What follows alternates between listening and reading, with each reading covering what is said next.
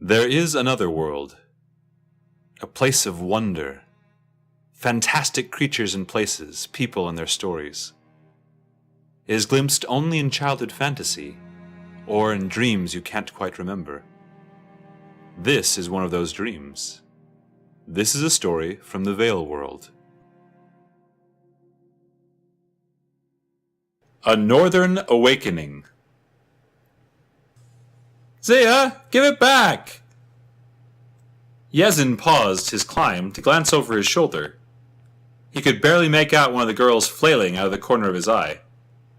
No doubt his brother had stolen Yati's hairpin again. He was fond of her, and he was certainly not very good at hiding it. Shaking his head, Yezin reached for the next branch.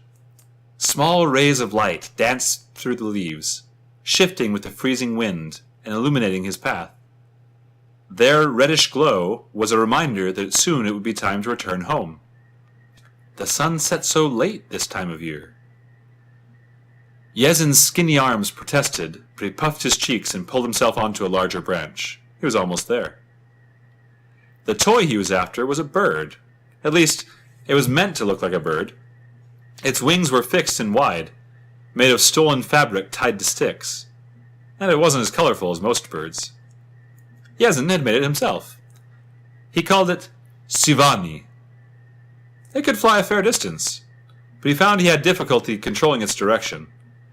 A light gust had been all it took to push the toy upwards and snare it in this tree. Yezin finally reached it. The toy was snagged on a few twigs. He tugged it gently, trying to break it free without ripping the fabric. It came loose, and he pulled it close for examination. The wings bent easily when pressed. Yezin wondered if tightening them would offer him better control. "Ah, it hurts!" Down below, it looked like something was caught in Yati's red hair. Her blonde sister, Sui, was tugging at it. Zaya must have returned the hairpin. He was at the base of the tree now, calling up at Yezin. "Hey, did you find it?" "Yeah, I got it," Yezin called down, frowning. "What'd you do to Yati this time?" "Nothing. Are you going to throw it or what?" Yezin grinned and cocked his arm. "You better catch it for once." The bird toy soared out over the trail, flying towards the setting sun. Zaya took off in a sprint, cursing his brother as he went. He disappeared into the bushes ahead. The girls were jogging after him, but he had a large lead. Yezin shielded his eyes and squinted. The sun was setting behind Zaya, making him hard to track through the brush. It looked like he had stopped, but Yezin couldn't be sure. He couldn't see his brother anymore. Someone was shouting. Something was wrong. He could feel it. Yezin turned to jump down from the tree. Was it just him, or was it swaying slightly? It was high and the fall would hurt, but he didn't care. He gritted his teeth and leapt into the air. It felt like he spent an eternity there, but eventually landed with a thud. Surprisingly, he felt no pain when he landed. He took off running towards the distressed girls. "What happened?" he called out to them. "He fell! There was a loud noise and he just fell!" The girls were crying. As he drew nearer, he could see clean lines streak down their dirty faces, curving slightly with the wind. It was blowing harder now, shaking the trees and sending leaves swirling upwards and out over the fields.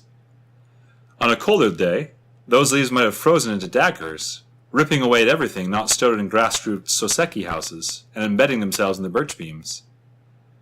Sui had gotten the scar on her lip from such a storm. "Which way?"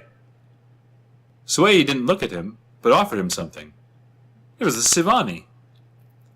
Zaya must have lost track of it. Yati stopped rubbing her wet eyes only long enough to stab her finger in the general direction of the sun. Her tears were freezing to her cheeks. "You stay here. I'll go look." Suddenly, the ground began to shake. The wind howled now, angrier than before. The sky was blood red, as was the sun, as was Yati's hair. There was a loud crack in front of them, It sounded like some giant monster, roaring awake after millennia spent asleep. The earth opened up like a great maw before Yezin, not even 5 paces from where he stood. Multicolored light shot up towards the sky like a million fires burning. A bundle of sticks and thread clattered to the ground. This was the lay.